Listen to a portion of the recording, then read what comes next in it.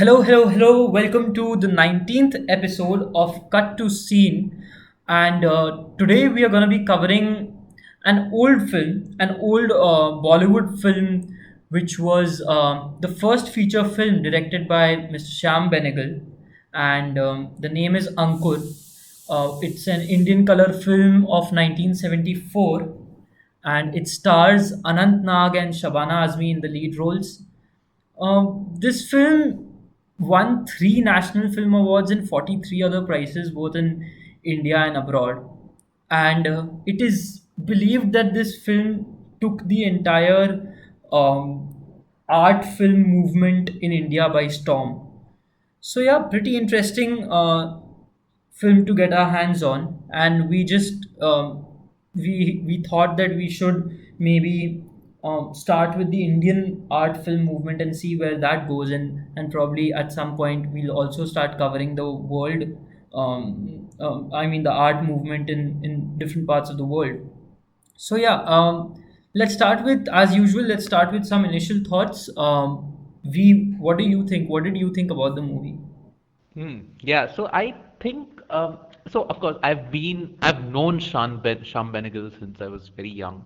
I mean, my first exposure really to his work, like the first film of his that I watched was Well Done Abba, which is probably his last feature film that he has released so far, but I'm not very sure about that. Yeah, so I've been exposed to his work. I always knew of his name, though, I mean, I must confess that I've not watched a lot of his work. I've watched his Rajya Sabha TV series called Samvidhan, which is basically, you could say, a 10-part documentary series on how our constitution was actually framed and created and all the big players in it. It is narrated by Swara Bhaskar, who wears brilliant saris. But yeah, that's and it was a nice experience watching it. I watched this back in college, and I was really that was basically the start of my, I would say, political consciousness. I think I went and watched Samvidhan after the modern political concepts course, which was offered in second year, I guess. But yeah, that was my first big introduction to Benegal, and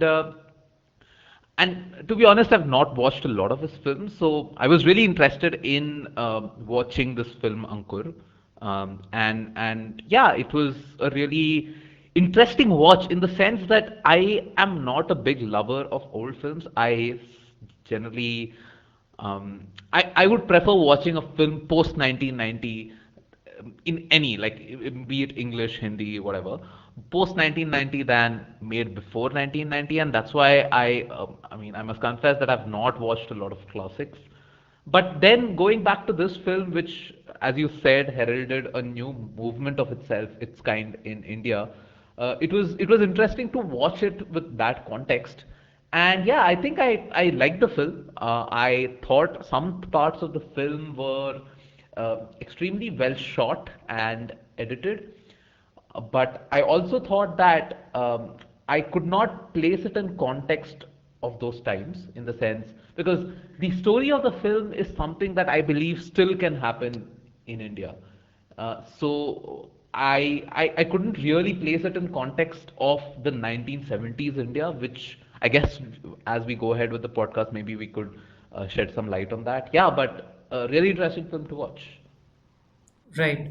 Um, I resonate with your thoughts that it is very possible that this film is also contemporary in a sense that it is also it might be happening at some place or the other.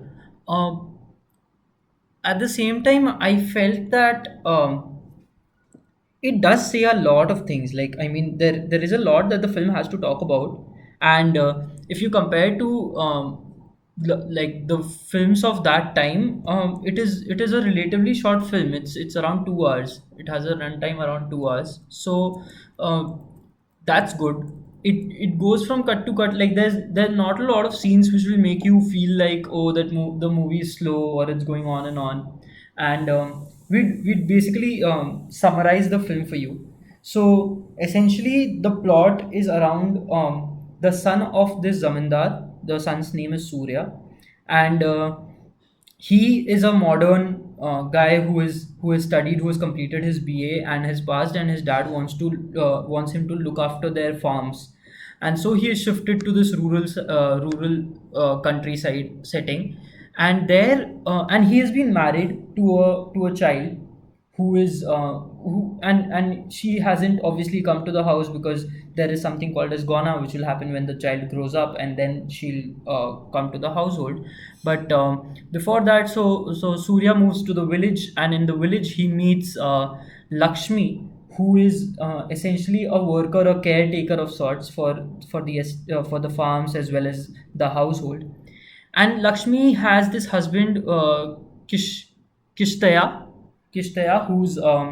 who's dumb and who can't hear. So he's dumb and deaf, and this guy Surya falls for Lakshmi, and they have a sort of an affair between themselves, which results in Lakshmi getting pregnant. And knowing the scandalous consequences of this, Surya becomes paranoid. He wants her to abort the kid while she has always wished for a kid. So we see that in the end, Surya's paranoia leads him to do injustice, or to basically sort of, I don't know, oppress Lakshmi's family, like her household, in different ways. So apart from firing Lakshmi from her own job, he also goes ahead and whips her husband due to a misconception.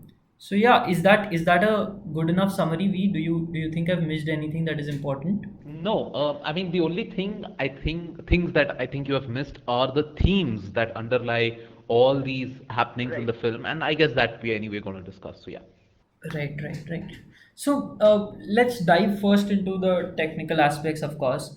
What did you think about the film as a piece of cinema? I mean, the way it has been made, the cinematography, the music, all of it. So I think the film is extremely well shot for a film of its time. There are some shots, I mean, and I saw a lot of moving shots, which is what actually surprised me a lot because, you know, these were times when cameras would literally weigh as much as a person. And just, you know, and I'm sure like this film didn't have really big camera crews or something. So I think in that sense, the cinematography was beautiful. I think Govind Nihalani is one of the cinematographers of the film. And yeah, so I think in that sense, the film is very well shot. The costumes and the colors are extremely vibrant, to so to say. There no, I didn't find the film to be dull in its color palette, and the what do you say, the colors that are chosen for the lead actor, in this case Anant and Shabana Azmi, always complement each other on screen, which goes to say a lot about the aesthetic choices that were made in the film. Um, I also like the fact that they shot on location and didn't really, you know, go into, yeah, choose a set or etc. And you know that the location itself of the film, right, that there's a huge house, and just in the farms across the house there is this jhopadi, or like this hut, where where Shabana Azmi and her husband stay. So the palette of the film, or the frames of the film, go a long way in also establishing the hierarchy in society that the film wants to showcase. So that is that difference I really liked. Um, and yeah, I think that is mostly it from my side. Let me see. Okay, about the music. I thought the background music really suited some points, but at other points it was just, I just got a feel that, you know, it's, and I don't know if and this we'll discuss later as well, but I thought it was more mainstream than parallel, but then I might be thinking of those terms in their current day definition. For example, there is this point in the film, and I forget what dialogue it is, but these two characters are talking, and Anant Nag's character says something, and the music just starts playing when the camera zooms in into the into Shabana Azmi's face, and this is like a very loud track. It's not like it's playing in the background. I mean, of course, it's playing in the background, but it's a very overpowering track, which I which was jarring for me, and moreover, I didn't expect it from this film. So, and I guess we can discuss a bit about this as well, that what parallel cinema means in the current day and what it probably meant in those days.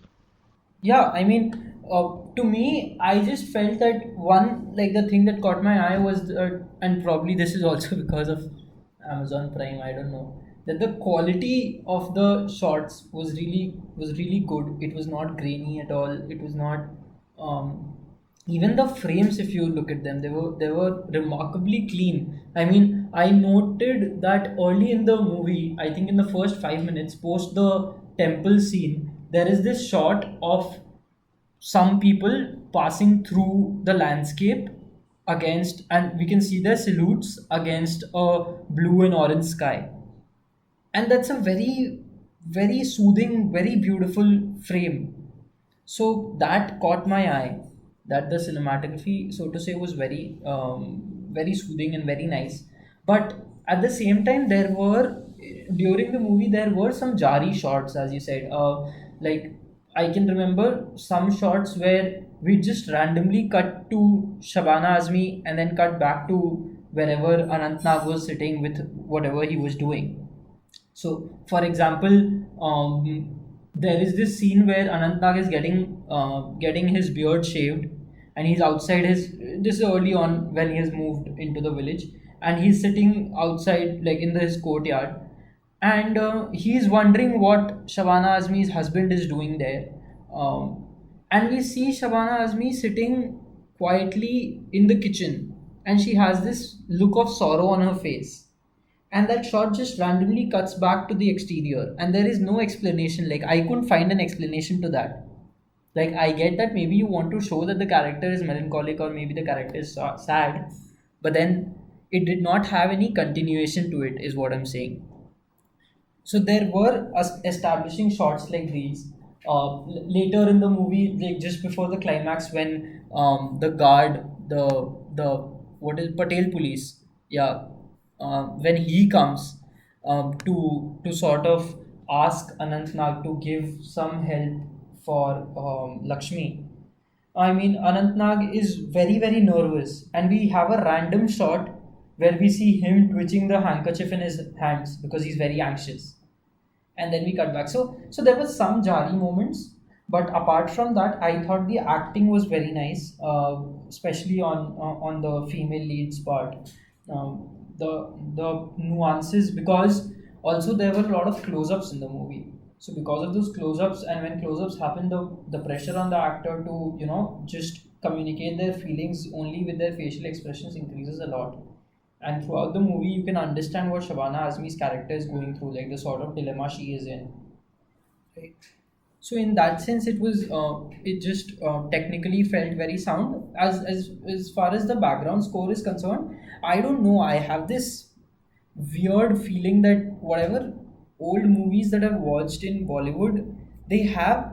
I mean, like, so for example, in this movie, when there are certain scenes that demand a sort of a solemn expression, or sort of a more, let's say, a sad undertone.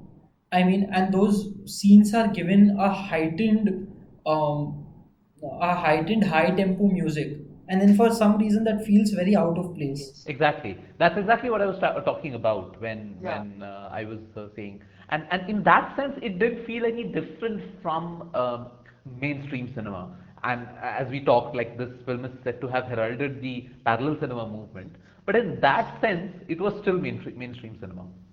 Yeah, correct. Exactly. In that aspect, it wasn't mainstream. Like, one of the things that also caught my attention was that this movie has no songs, except for one part where there is a song, but then there is a explainable source for that song, which is the gramophone placed in his room. In fact, a couple of instances. But apart from that, there is no song in the movie.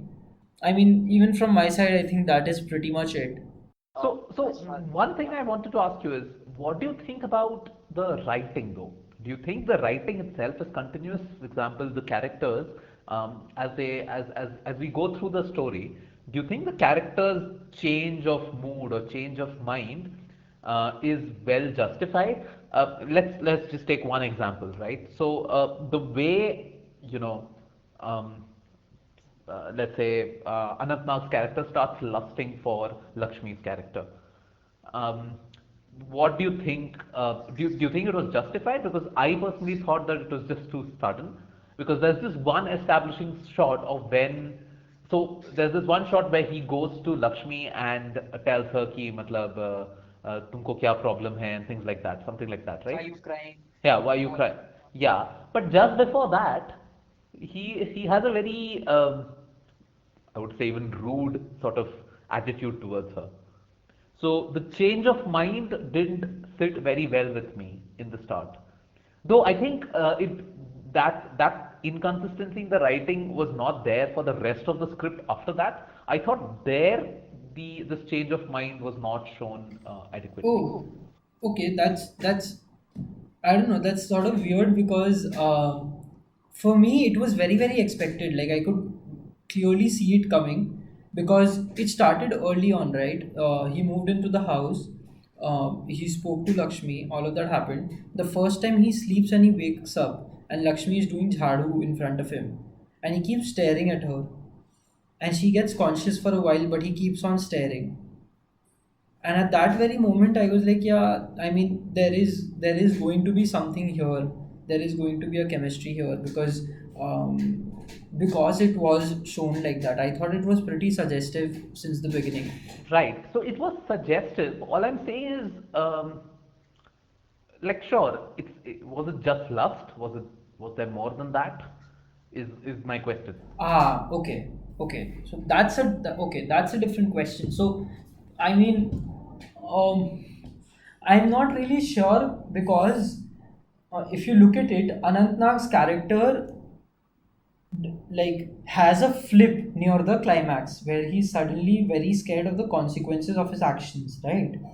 And while before he was very confident and he was like, we'll face the world together and all of that, I'll take care of you always and all of that. So it was a typical, young brat who makes a mistake and then does not know how to handle the raita that he has fell out, sort of a tonality that it took later into the film. But initially, I mean, yeah, even I would be confused between what it is. Is it love that we are aiming for, or is it lust, the path that we are taking? Yeah.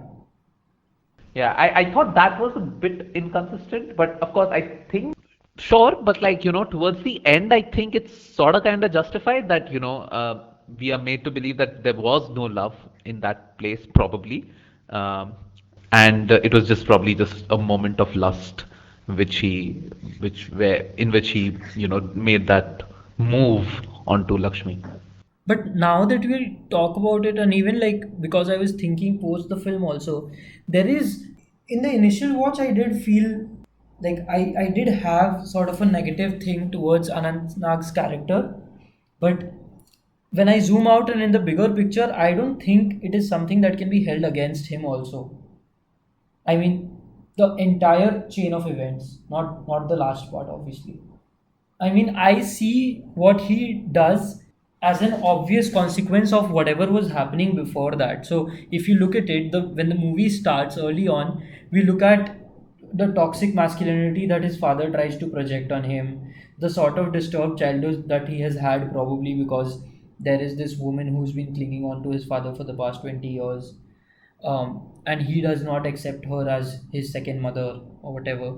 There is a lot of mistrust for the lower classes that his father has been projecting. When Anantnag says that maybe I'll go study, you can hire a servant to take care for the farms and everything, and the father is like, he'll just loot everything and go away. So there is all of that that has made him the person he is, and he has also been forcefully married to this child at the prime of his youth, and at that time he is being sent to this sort of a setting. You know that ultimately, if you look at it, what happened between him and Lakshmi was, I would call it consensual, I think.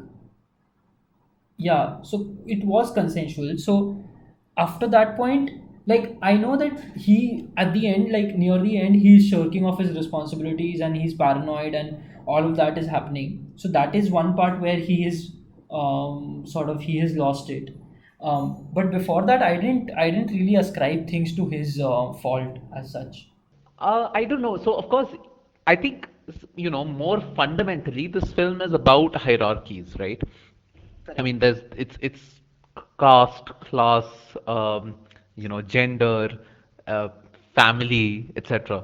Like, so there are all kinds of hierarchies there, and of course, the in some sense, it's been shown to, that it's been shown that this person, Anant Nag's character, is a product of that hierarchy itself. He is a product of that hierarchical system.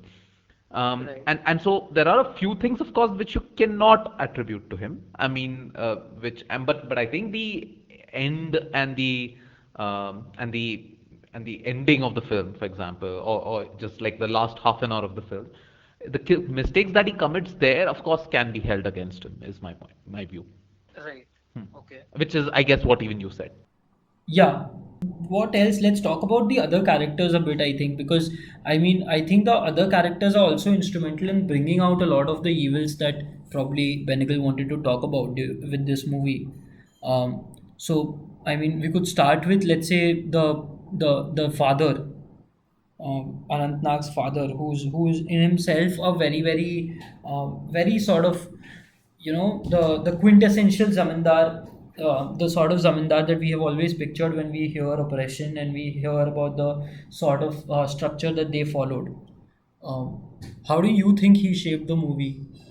I think he shaped the movie right at the start when the establishing shot of his where he's talking to his mistress and their son, and it's clear that it is his mistress because he talks, I mean, in some sense, talks down to her, says that it's the best land in the village I've given you and things like that. So I think it goes to serve two things. One is that even if he is a rich person and and acts like a know-it-all, he also has this weak point, weaknesses. For example, he's probably had an affair with this lady, and I mean, extramarital affair, uh, or a premarital affair with this lady, and she was just given hush money or hush whatever land to just shut up and not, like, create a hangama about it. And I think that's a nice, I mean, I wouldn't call it foreshadowing, but I think it's like it becomes a nice like father like son type of moment then. So I think in that sense the father's character is extremely important.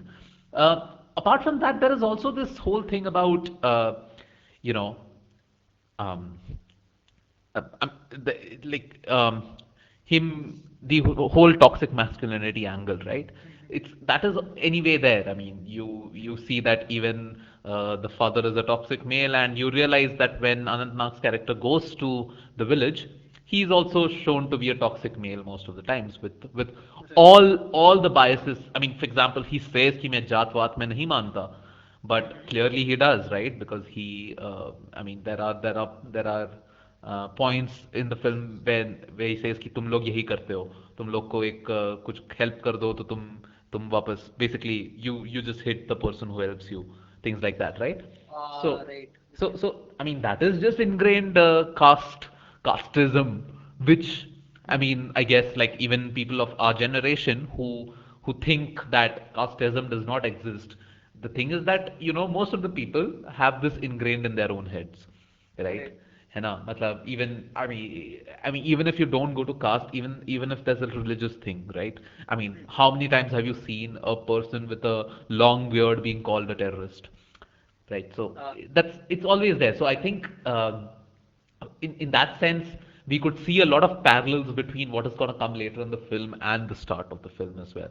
So in that sense, I think the father's character was a nice addition to the film.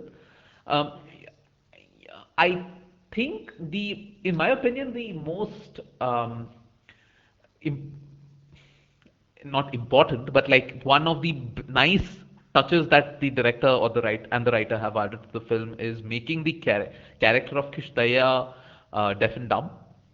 And I think, because it's a parallel cinema and maybe we can make such inferences out of the film, I think that is a motive for the their caste itself, their lowly caste itself, right? So I think that was also a pretty nice choice. Apart from that, I really like the. Just a sec, like before going there, like I had 2 points. One is when you said when you quoted the example of Anantnag looking down upon his stepmother or whoever she is, right? I felt the statement that he makes there कि तुम लोगों को उंगली पकड़ा तुम लोग हाथ पकड़ लेते हो is coming more from a point of view of having looked at this other woman in his mother's life, who for the past 20 years has probably been like who's been given all the share of their property, so to say, just because of some mistake of his father's. So I did not know, like I still do not, I can't figure if they are also from a lower caste, is it? Because then I have another question. If the stepmother is from a lower caste, right, then you see a lot of concern around this thing where the village people are bad mouthing him, saying that this guy is with this woman who's from a lower caste, who's married to someone else, all of that. And there is a lot of consciousness on their part also, where they say that, oh, log kya kahenge, and all of that. But then, if his father had done that same thing, and if all of that was very comfortably settled with giving away a piece of land, as later the police patel tells Shabana Azmi's character, then this guy should be comfort. I mean, then it looks like this is a accepted normal practice.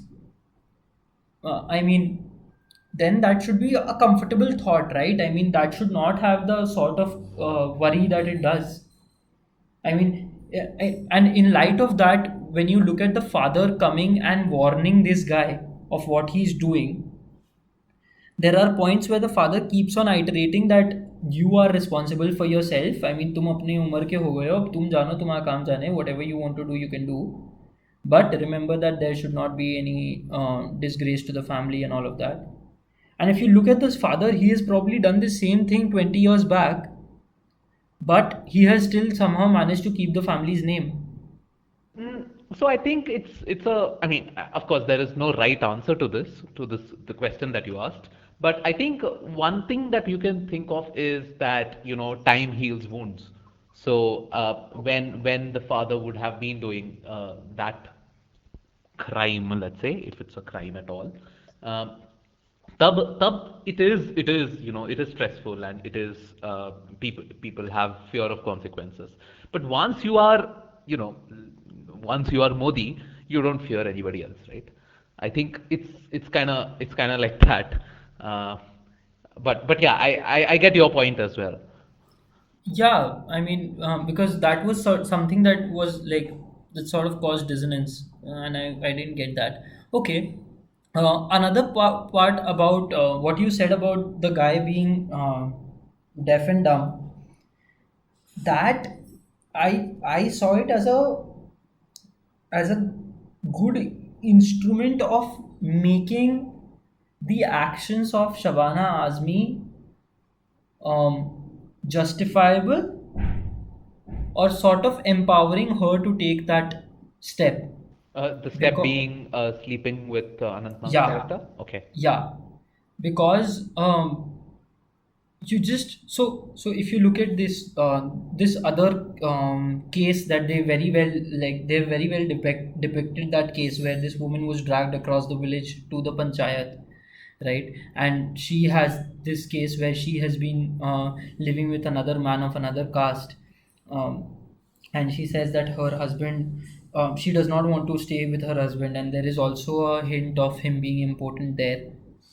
I mean, that is in the audience's mind. If you look at it, at one point you agree with the woman because you are like, yeah, of course, she has the right to choose who she wants to be with, right? Um, so, and there, the husband's flaw. is probably that he's important or whatever, like he does not care for her or whatever, right? And here also we need something that gives Shabana Azmi to have the agency to take that step. So here, if you look at it, she's the bread earner for the house. She's the one who's empowered. She's the one who's begging for jobs for her husband and giving him the job to go here and there. So, I mean, I thought that it was an effective instrument in doing that. um, in her being able to also sort of reprimand her husband for his drinking habits, because if you look at the time this was set in, if you look at the sort of context that it was set in, the more the heard story from that time and that context is that if you talk up to your husband a lot, you'd get thrashed, which is also what Anant Nag's mother says to him early in the movie, that you can't say anything to your father. He just does whatever he wants to do. So that is why I thought that the dumb and deaf husband was more a character of convenience. Right. So if, to summarize what you said, you're saying that when the fact that um, Shabana Azmi has to go out and earn the bread is amplified by the fact that her husband is deaf and dumb, and that is why it's a nice depiction of contrast, and it also justifies certain actions in the film. That's what you're saying. Correct. Yeah. Yeah. Okay. Yeah, I think that's a nice explanation too. So I think it's like a uh, multi. I mean, it serves multiple functions, I think. Yeah, Uh, maybe. so one thing about you, what you said about this person's character, Shankar Nag's character. Sorry, not Shankar Nag. Sorry, Anant Nag's character. By the way, R.I.P. Shankar Nag. You know who Shankar Nag was, right? By the way. No. Oh, Shankar Nag was okay, yeah, Bangalore references, sure. But okay, anyway, coming back. So the thing is, even at some point in the film, right, he shaves this Kishtaya's head. He gets Yeah. Kishtaya's head shaved, and उसके पहले there's the dialogue कि तुम तुम्हारे जैसे लोग जब ऐसे करते हैं पता है उनको क्या सजा देते हैं तो and things like that, right? So I mean that itself is ingrained casteism, right? I mean, you don't need to go much further, even by that, or much further than that also. One other, episode in the film that I really like is the episode on Diwali. And I really, really like that because, first of all, it gives a nice contrast. Because, you've just seen Kishtaya running away from home because of his alcoholism and Yeah. stuff like that. And you also see people here getting as drunk as he was, right? Right. But over that, they are actually, willing to give away their money while gambling and Right. stuff like that. And it's a nice callback to Mahabharata also, I thought. And there are a few things that come out of that whole episode, and the main being how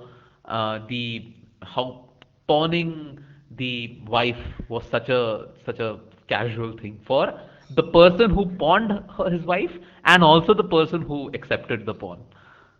Right. Right, and so I thought that was like a nice, it served as a nice episode, while in the bigger context of the film, it didn't really mean anything. It didn't take the movie, sorry, it didn't take the story forward or anything like that. I mean, yeah, correct. It also, like, it brought to the fore another issue, but then to me it also sort of gave another dimension to Anant Nag's character, because and even like initially in the scene when Anant Nag is apprehensive about gambling, and he's told that, well, people who do not gamble, men who do not gamble and drink are eunuchs, right?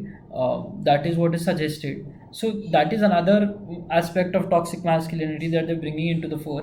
And Anand, if you look at that entire scene, he's the first one who's actually nervous about what is happening and what these people are doing when they're drunk, and the way they're behaving. And that is why as soon as that wife episode happens, he's like, guys, अब जाओ, अब हो गया, मतलब बहुत हो गया, अब जाओ. So that sort of brought out an interesting like a sort of redeeming thing. Like in retrospect, when I think about Anantnag's character, that is one point that would help me redeem him a bit. I see. Yeah, yeah, sure. Yeah. Of course, his character, as we were talking at the start, is not completely black. It's not like he's the antagonist in the film. But yes, Sorry, I'm. Huh. uh, sorry, he's not completely black in the sense that he's not the antagonist of the film. But Correct, correct. he has a lot of shades of gray, and it's obvious that he's a part of a larger hierarchical, very strongly hierarchical Yes. system. Yeah. Interesting. So now let's also talk about the other characters. Probably there is Rajamma, of course, the example we quoted, the woman who's carried to the punch. What did you think about that scene specifically? Because that scene, like, was particularly very striking to me. So I actually did, like when the scene started off, I was not sure as to why the scene was there in the first place, Hmm. because it's this. I mean, it's slightly jarry for me because you just cut to like a person dragging a woman to the punch, right? Um, so I think, but in the larger scheme of things, what it did is, so it was a short story in itself, right? Or a short film in itself. That there's this woman who's in some sense committed adultery, and there's a punch which is sitting to take decisions on her fate, etc. And then you see a few scenes later that she has committed suicide, or whatever, she's All right. dead. She has died because of some reason. So I think in that sense it was a nice short story by itself if you don't look at its effect on other characters. But if you start looking at the effect on Shabana Azmi's character, you see that you see, it comes at the exact moment when she's starting to get close with Shankar Nag. So I'm saying Shankar Nag always, Anant. Anant Nag,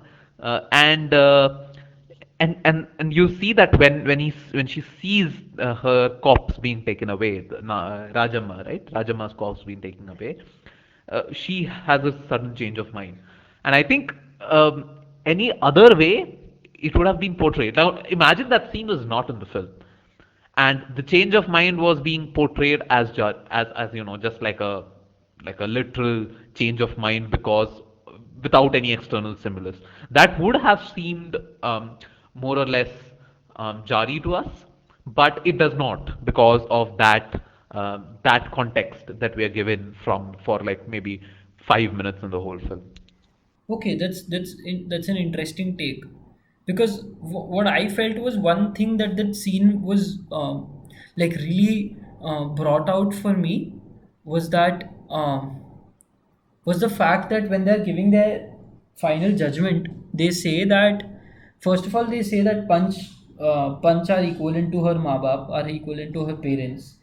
So the Panch would think for her advantage, and she's like the daughter of the Panches. And again, later, they say that a woman is not just the, I don't want to say property, but like a woman just does not belong to her husband. She also belongs to the household. She also, like, so she has a duty towards the brothers. She has a duty towards the farms. She has a duty towards the house also.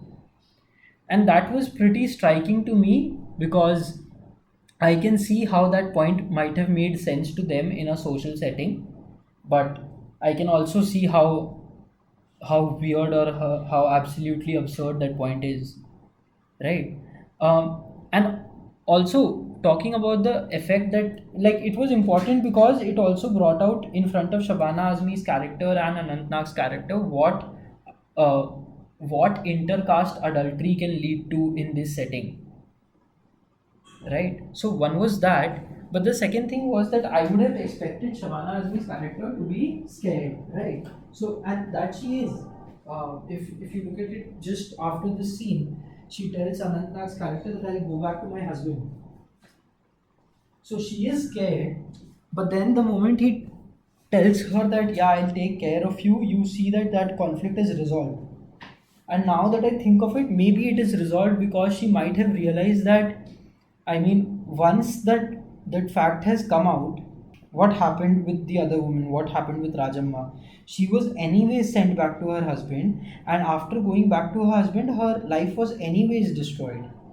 Right. So she probably would have had that thing in her mind that she has, like, the only alternative to this is just not living probably. So she would have been like, what the fuck it, like, just go ahead with whatever is happening. I don't know, Right. but Also there was a, yeah, I mean, in her conscience, it was also probably a good thing to do, or an okay thing to do, because her husband actually just ran away from home without, informing her or anything, and Yeah. she really didn't think he would be back. So in her point of view, it was probably a very perfectly all right thing to do, and that's probably what prompted her decision as well. yeah, and correct. Maybe, yeah, and that is probably why she has that outburst when he sees that he's back. Exactly. Yeah. Because by that time she's also pregnant. So there's like There's more yeah, guilt. yeah, there's more guilt. About what did you feel about Sheikh Chand's character, the police Patel? Was he instrumental in the movie? I didn't feel so. He played the character of Narad at many points, right? Correct, Right? exactly. He was basically the Narad in the The whole film. messenger, yeah. Yeah. But yeah, apart from that, I didn't really feel anything else. I could draw parallels to Narad, of course.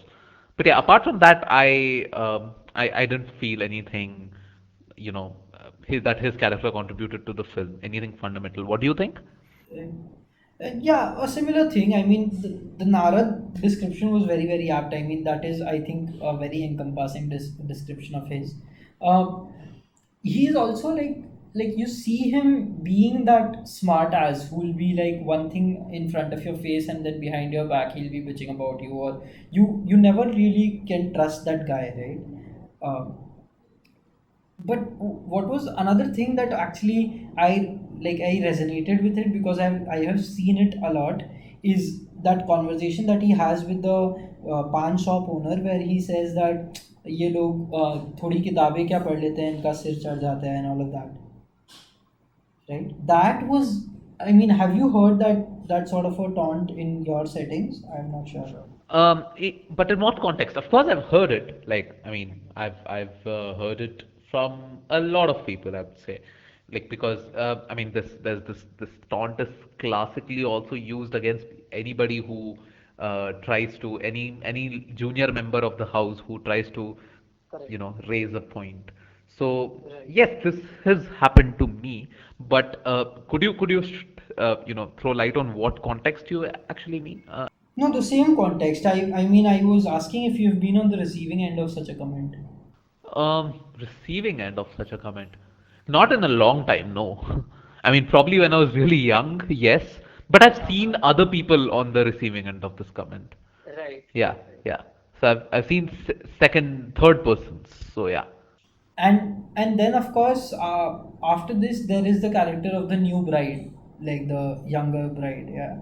And she has been, I think she has been portrayed as the, like, I mean, I don't know, like she has probably, I don't know if it was just me, but she has been shown like a, like in a negative light, although it is not a lot of things that she's doing is her fault actually.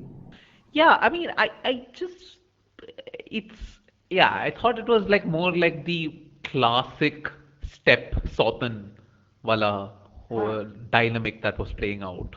I Correct. mean, if that is because there was not much meat given to the character anyway, or it's just just a lazy writing choice. I don't know. So it could be any of those, but I didn't feel anything specific about her character. Yes, she had these themes of jealousy towards Shabana Azmi's character, but apart from that, again, she is just.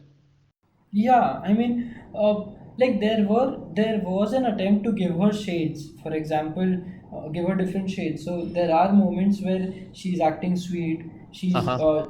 like, let's say she's also telling Anantnag. She's the one who informs Anantnag that this person is sick, right? But Correct, at the correct. same That's right. moment, she's also the one who's questioning why she should be the one who gives her medicines. Correct. Yeah.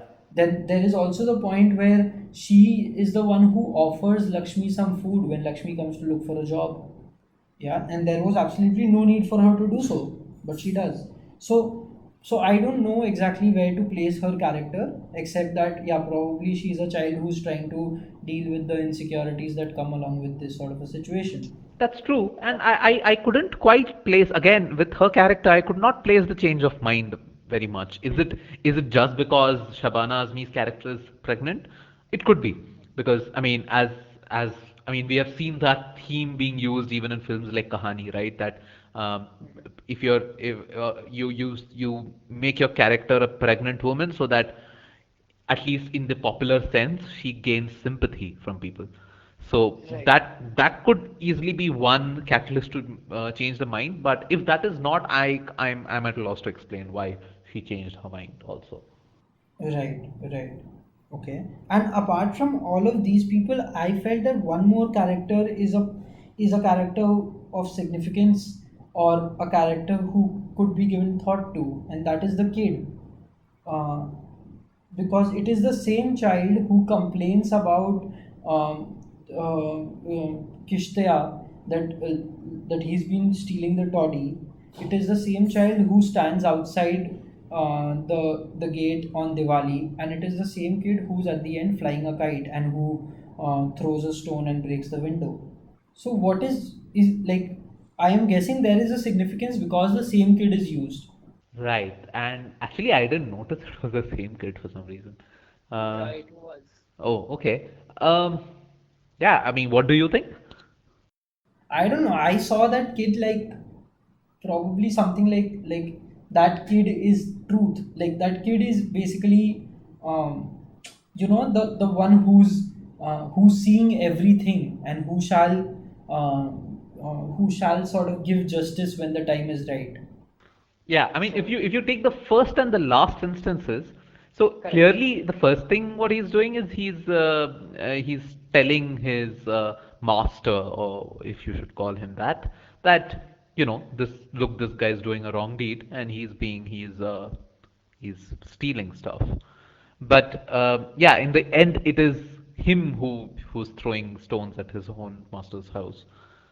So yeah, I think in that sense you could think of the kid as a person, as a as a motive for the truth, or like the not truth, what you would say, the rights. Yeah, but then at the same time, this kid is also the person who has brought about all of this, in a sense. What do you mean? Had that kid not complained about Shitya, or whatever his name is, Kishtaya, yeah, had the kid not complained about him, Kishtaya would not have been caught at that very moment. He would not have been shamed in the village. He would not have left his house. If Kishtaya would not have left his house, Shabana Azmi's character wouldn't have cheated. She didn't cheat. Then, I mean, the ending wouldn't have been the ending, right? Yeah, I mean that's interesting. I didn't think of it like that. And now that you say it, it could make sense. Yeah, that's right. But I personally didn't actually even notice that the kid was the same. And yeah, yeah. Uh-huh. Yeah, that kid comes to the fore only when we look at that kid stand near the gate near the final scene after keeping his kite there. And then later we see him break the window and run away. And that is the last shot of the movie. And then I'm like, okay, why did that happen? Right. So yeah, that was pretty interesting to me. Another thing is, what is the significance of the varlapita, the woodpecker bird? Yeah, again, at a loss to explain. Like, I didn't understand that. So I thought of it as a thing of beauty that is used as a reminder for Anantnag, that thing when his wife asks him about that bird and he tells her what it's called, it reminds him of Shabana Azmi's character because she's the one who told him about it. But why? Why should I don't know exactly. Yeah, so that does not. I mean, I don't get the significance of that. right? Yeah, because he does not. I mean, in that particular scene, it's not like he needs any reminding of Shabana Azmi's character. We know that Yeah, things have been going on in his head for quite some time, right. and like he has confronted Shabana Azmi about their kid. So yeah, I didn't see any reason why he should have been reminded about Shabana Azmi because of that woodpecker. Correct, correct. Right. Uh, Another interesting sort of motive, I don't know if it's a motive, but another interesting symbolism that they've used in the film is if you look at the structure of the house, right? Uh, the house has, I think, three or four parallel, collinear doors, right? Yes, So yeah, there's yeah, this yeah. long passage that's connecting from one room to the other. On one end, there's the kitchen where Shabana Azmi's character lives for most of the time, and on the other end is Anant's room, and the entire plot of the film is essentially between this space, right? And this is brought out in a couple of scenes where if you look at it, post marriage, the first time the bride comes and she is decked up the house, and this is also shown very beautifully how when a woman has entered the house, she is actually making it a home in terms that she's putting up photo frames, putting up these embroidery things and all of that, right? And then we see her open this door to the room, and Shabana Azmi is at the other door, and we see Anant Nag's character stare right through. So we can see Anant Nag behind this door, his wife behind another one, and Shabana Azmi at the very end. Yes, yes. Yeah. This is And that was then, shot on the morning, right? yeah, and then she closes the door. Shabana Azmi closes the door. No, this is the shot in the night. Shabana Azmi closes the door, and then this one closed, and then they enter their room. Now in the morning, she wakes up to see that their room's door is open, which means that probably Shabana Azmi's character has opened that door, Yeah. right? And then she gets angry. She gets up and closes that door on her face. So I think there is a lot of politics that has been shown through the doors. In terms that later into the film, I also noted that when the first time she comes to the kitchen, that is to tell Shabana not to cook for them anymore. At that point, when she's entering the kitchen, it's like she's entering an entire new world. So she's staring at the contours of the door like that, and it's yeah, and it seems like this is an entirely new world that she's getting into. So yeah, so that was pretty interesting. I mean, I think there is some message that was being conveyed there too. No, of course, and that goes in with the tone of the rest of the film as well, right? There's a lot of things which are left unsaid, uh, and you have to sort of take it to, like, for example, even the whole caste angle with respect to Anant Nag's character is also, a lot of it is unsaid. you know Right. um, this jealousy is also pretty unsaid. So in I think that is what, when people say that it kickstarted a whole parallel cinema movement and a cinema of realism. I think that's actually exactly what I mean, because a lot of casteism in day-to-day life, especially amongst modern or so-called modern people, is very, very, you know, I would say it's not showy. It's very, I mean, sorry, it's very showy. It's not telling. People don't. Yeah, like even here there are two instances. Like once when he's being showed um, the well Bauli, right?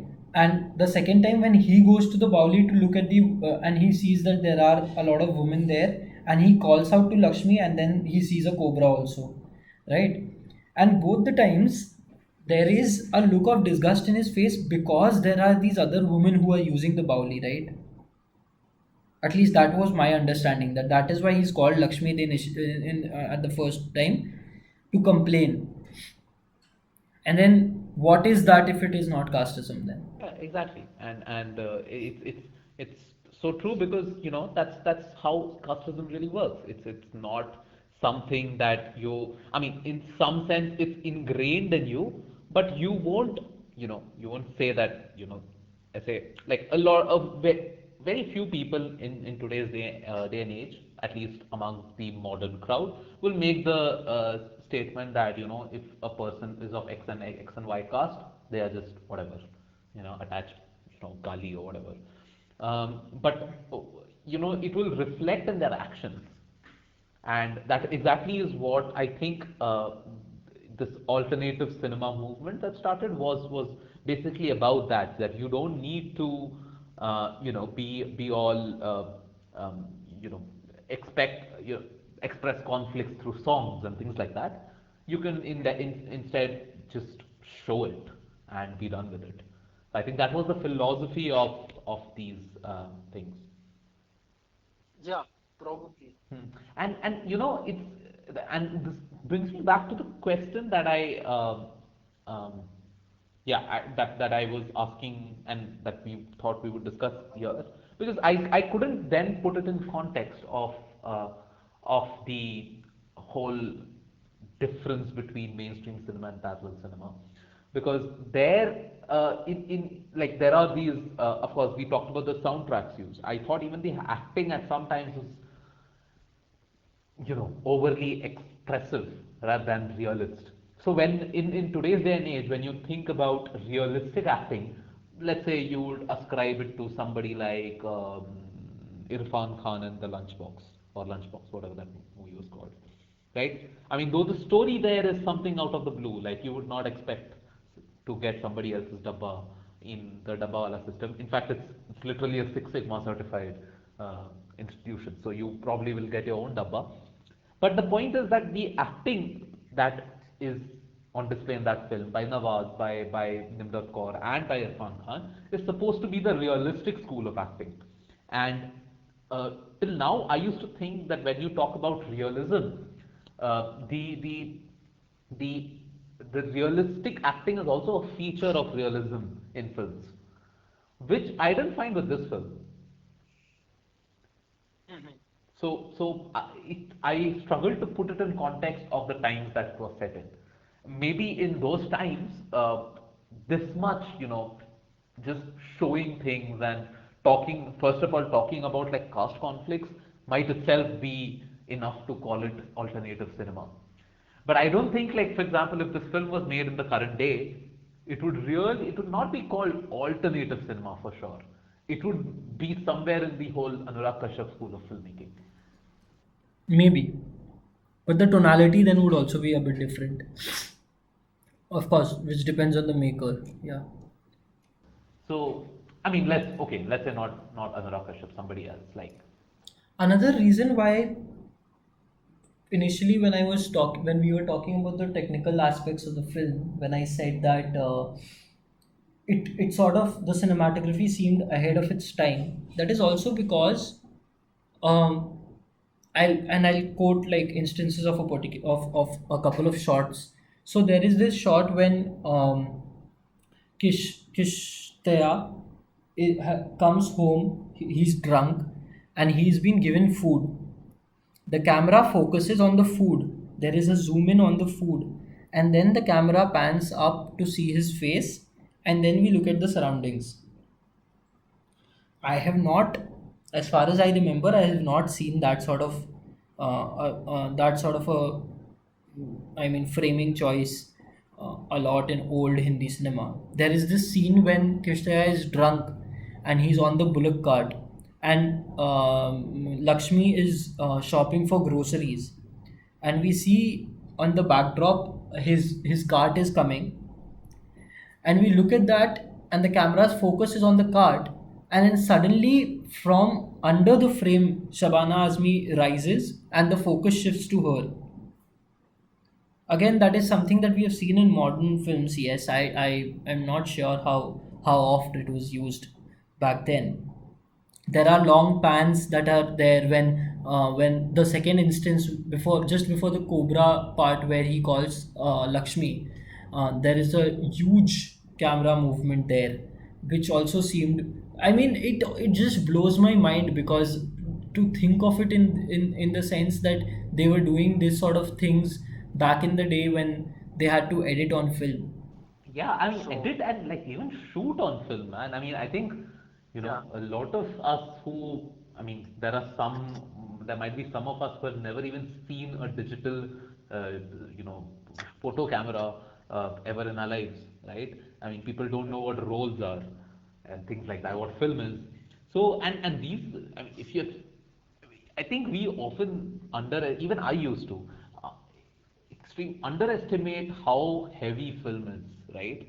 And yeah, you put a roll of film on your camera, the camera itself is extremely heavy. It's it's a very tough process. I mean, and I think a couple of months ago there was this cinematographers adda on Film Companion, where a lot of cinematographers from here and there were coming and talking. And in that, I think Santosh Sivan and Santosh Sivan mentioned, and everybody unanimously agreed that the cinematographer has to be of an extremely fit person. Otherwise, they can't do the job, and it's an extremely taxing job. And I think one of them mentioned that like after each film, they lose like about like 7 to 8 kilos. That's a uh, lot, man. That's just and this is the current day when cinematography is you would think is much more simpler with digital cameras and things like that. mhm, But still, it's and you can only imagine about like uh, in those times with film cameras and that too, but films like this which probably didn't have like extremely huge budgets, so they didn't have like yeah, a big film crew as well. right. Hmm. Uh, so, I mean, that explains Jari sequences like when there is the exposition that probably Shabana Azmi's character is pregnant, and that is done in the typical Bollywood style, which is that she's puking. And it's a 2 second shot which fades in, and we see her puking, and we fade out back to back to the scene where his wife is informing him that she's sick. It was a very jarry shot. It had no audio. Like it probably it had the audio of her being sick, but then it was a 2 second shot that was inserted in between. And I think in the interest of time, that was the solution that they would have had to resort to. There are a couple of points that we might have missed on the social commentary of the film that I would like to mention at least. One is initially when his father is questioning him on his career choices. His father says that असली बादशाह वो है जिसके पास ज़मीन है, and that tells you how the zamindars were at that point of time, how they were almost equal to kings, and how they would see themselves. Um, then we have when the car is stuck and the police patel comes and gets people to take out the car, and he's trying to suck up to his boss. And when you look at the boss's entry into the household, and how Lakshmi's character, like literally every other word she's saying is Sarkar. Yeah, yeah, yeah. That was extremely. I don't know. It was just. I thought it was like just a feature of the dialogue in the start, but then when it started happening more than like thrice or four times, I thought like there is a reason why that was inserted, and yeah, I've actually I have actually not come across somebody who talks like that. I mean, I in my village back home, there is a lot of caste discrimination, especially even in my own house. But I have not seen somebody talk like that in by using sarkar or whatever the equivalent word for sarkar is. I think it is also an instrument to show transformation. So she starts off being this formal that every other word is Sarkar, and near the end, she's abusing him. At the end, she's abusing him, but in the middle, when he goes to talk to her about the child and about aborting the kid, she resorts to tum, and so that sort of really shows the transition and how her, like the way she views him also probably has changed as their relationship has changed. What also struck me was that the police patel used a lot of Urdu words. Oh yeah, so that was because it's set in Hyderabad, right? Yeah, Yeah, yeah. I mean Hyderabad. That Oh, sorry, I mean Andhra Pradesh. Dakhani, yeah, yeah, yeah. So the language that they speak is Dakhani apparently, and I was also very appreciative of the fact of how these people stuck to the dialect. At least how Lakshmi's character was really, really particular about the dialect. Yeah, I mean, I think Shabana Azmi would have got the dialect right. I'm not sure if other people got the dialect on point, but yeah, I mean, I'm not a good judge of it anyway. And then there is this part where Shabana Azmi says that we are potters and now we are out of business because the union की हुकूमत के बाद सब लोग aluminium utensils use करने लग गए हैं. I mean, that was also sort of significant to me in the sense that what is essentially judged as development, what might be seen as the image of development, otherwise might not actually be so for the entire populace of the country. Yeah, yeah, and rightly so, right? For example, today I was just uh, uh, so there is an international airport supposed to be coming up in Pune. Pune has a very small airport, okay, and it does not. It's currently like just out. It operates at more than its operating capacity. So you need an airport, and it's a big need of the city. But the reason why the airport plan has not gone ahead still is because it is there are people who are protesting against the airport because it's stealing or taking away their land or causing adverse effects on farming and things like that. And of course, in these big projects, big so-called capitalist projects, we as people who are not very well informed would it's very tough for us to imagine such things. Right. Correct. Uh, then there's this other thing where I noticed this, and this was pretty striking because I think I've seen this in other pieces of art also. That the first time when the husband is drunk and she's getting angry at him, right? Uh, they just end up having sex, and I was like, wait a sec. She was angry. She was pissed at him, and then man's reaction to anger was way. I don't even. Yeah, and I like, wait, what just happened? Because this is not like how it was supposed to go. But yeah, that was pretty striking to me how that might be very commonplace. And again, another thing was the sort of, so if you look at it, for the first time this guy lays his hand on her, Anantnag's character lays his hands on Lakshmi, she goes back to her house and does not show up for work for a day, right? Then the next day when he actually goes up to her house and he says that if you don't come to fir, and he shows how he's dependent on her, for some reason she's flattered because of that and she comes back to work, right? um, that also probably tells me how um, I mean, and because there have been instances like this, she was clearly uncomfortable even when she was grinding the spices, and there is this huge, long, creepy shot where Oh we are my God, just that's zooming extremely into her. creepy, man.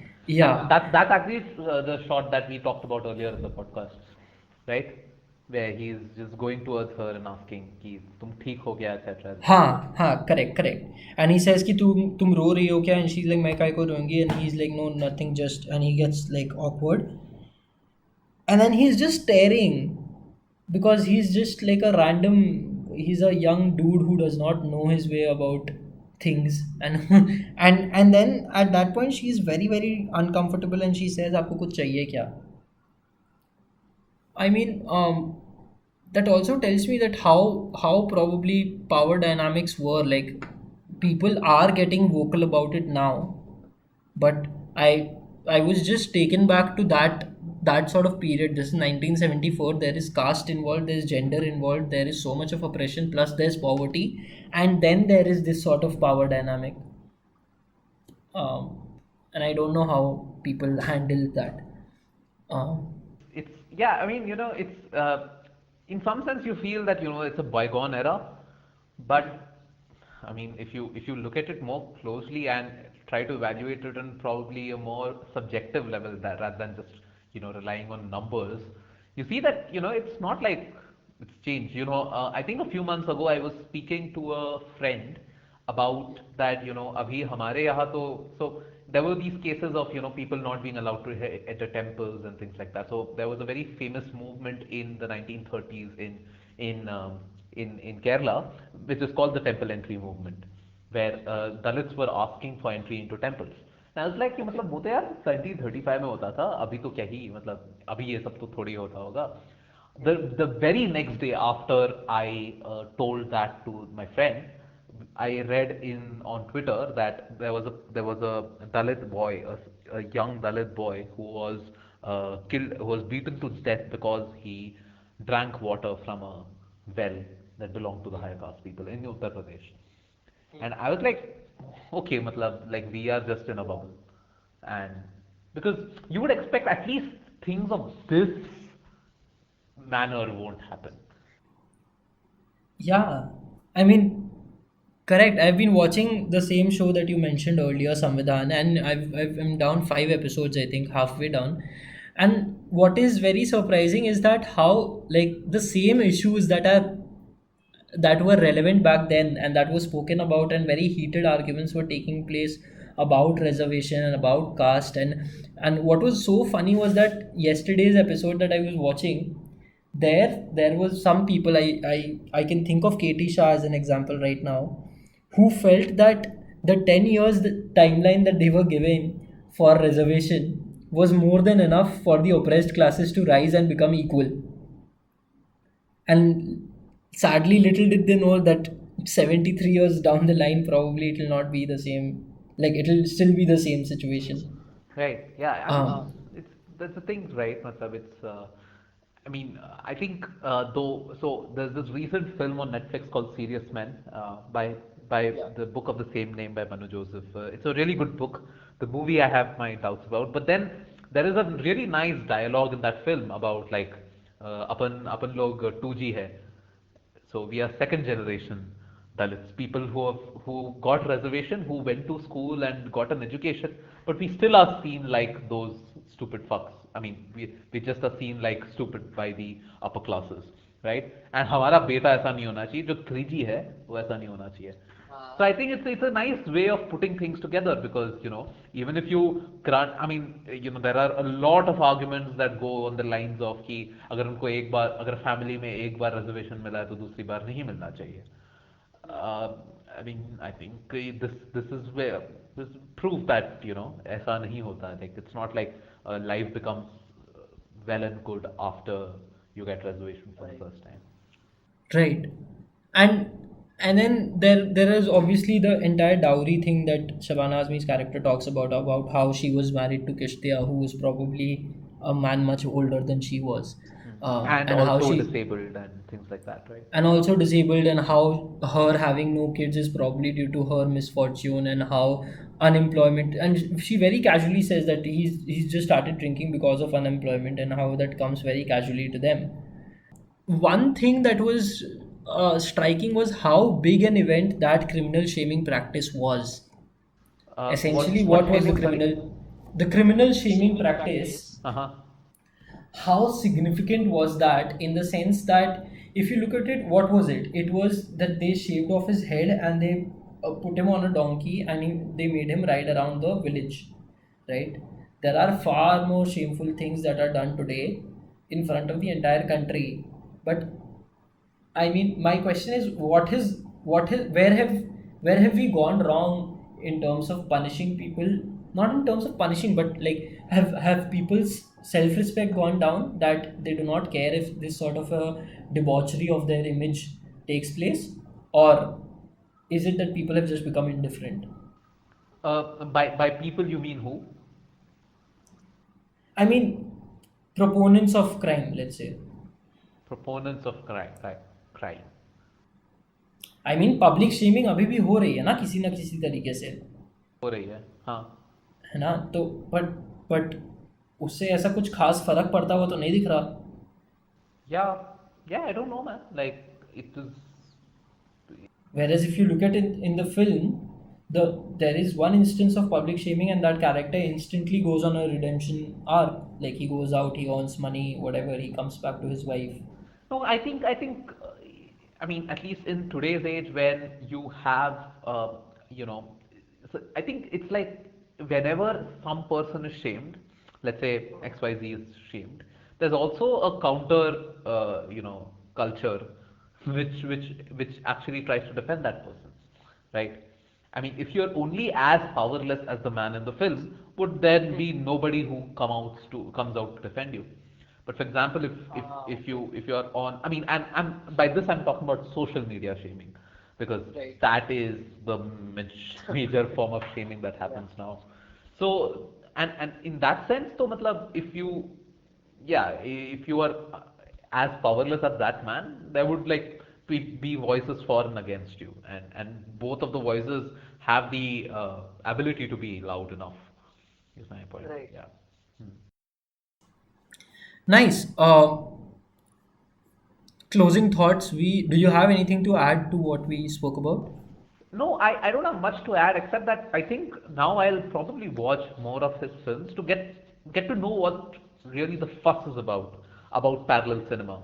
I mean, the most of the parallel cinema I have watched are So yeah, we did things. speak about them. Yeah. Yeah, most of the parallel cinema that I've watched have been from other languages. I just realized at the start of this episode that uh, most of the parallel cinema I've watched were either in Bengali, Assamese, or Malayalam, or Marathi, let's say. And I've actually not watched a lot of parallel or alternative cinema out of Hindi, right? So it's I think it's an interesting exercise, even an academic exercise, to see how these things compare, how parallel cinema across languages also compares. And I think in that sense, the alternative cinema, the revolution that this film is said to have heralded, I think it was more in Hindi cinema rather than any uh, other regional industry. Because as you mentioned, I don't know if you mentioned at the start, but Satyajit Ray was always making films like these, right? Right. So Bengali for sure had like a tradition of making such films. Okay. Yeah. So yeah, I think it will be a nice academic exercise to go and maybe even serially watch these films. I think a lot of the films are now available on Amazon Prime, of Shyam Benegal, of course. Yeah, yeah. I mean, yeah. The question that rises in my mind is it with respect to the perspective with which things are being shown. Like I was earlier thinking about stories of the rich and stories of the poor, and maybe that is the difference. But then old Bollywood was also a lot of stories about the poor. So Yeah, of course. then Yeah, yeah. that wasn't I art. mean, the But rags then to riches or things like that was always there. so I see that as a differentiator, that maybe it is about aspirations, wherein in mainstream cinema we saw a lot of aspirational characters who would aspire to become rich and big and famous, and they would ultimately become so. And even if in that genre they had to, like, the films had to be noir, or like the characters you had to be anti-heroes, that was fine. But probably the art movement at that time probably stuck to accepting the poverty that they had, and how the state of life within that is. I don't know, I'm Correct, correct. just And guessing. the point is, as we have said in our earlier episodes also, I mean, films and society coexist. In that sense, I also think that films themselves are not in a vacuum. Like certain kinds of films, let's say mainstream cinema that we often call mainstream cinema, is not in a vacuum on its own. It's not like it's like it is not affected by what is happening in the alternative cinema movement. Of course, there's a nice interaction of these forces, and that is also what leads to filmmakers like, let's say, whatever, Nandita Das, Uh, or Anurag Kashyap, or uh, other people like them popping up, even Ram Gopal Verma for that uh, moment, right? And yeah, I think both kind. I mean, this is, I think, the evolution of the Hindi film industry from that time to now. I think is you know is testament to the fact that that this cross fertilization does help. Uh-huh. Okay. Yeah, so I guess that concludes a rather long, I think this has got to be one of our longest episodes in recent times. But I think it was a fun conversation. I think when I started out, I didn't think like this would be this long an episode, but here we are. So guys, please do watch Ankur. It's available on Amazon Prime Video. You can watch it if you have a subscription. Uh, Please tell us how you like the film, if you didn't like the film, how you like the podcast, if you have any comments, suggestions, feedback, etc. Please do let us know. We are on Instagram at Cut to Scene and also on Twitter at Cut to Scene. You can follow me, Aditya, on Instagram at Adi Vijay Kumar, on Twitter at also goes by V, and you can follow Devansh on at Devnash, that is Devnash with two A's, on Twitter and Instagram. And yeah, I guess that's it from our side. Please, as I said earlier, please do let us know if you have any feedback. It's really important for us to know. And yeah, see you next week. Bye bye. Bye. का रास्ता सड़कों पे उतरना पड़ रहा आक्रोश पनपती हर दिशा बढ़ती लागत तेजी से फसलों की प्राइवेट कंपनियों की महंगी बीजें महंगी पेस्टिसाइड 51 प्रतिबंधित को इजाजत टेस्टिफाई बीमारियों की लागत कर्जा जाल कयामत छत्तीसगढ़ से कर्नाटका बिहार हरियाणा एमपी महाराष्ट्र दूध प्याज टमाटर फेंके फिर भी क्यों नहीं आती खबरें न्यूज में मैं आश्चर्यचकित हूँ आज भी रात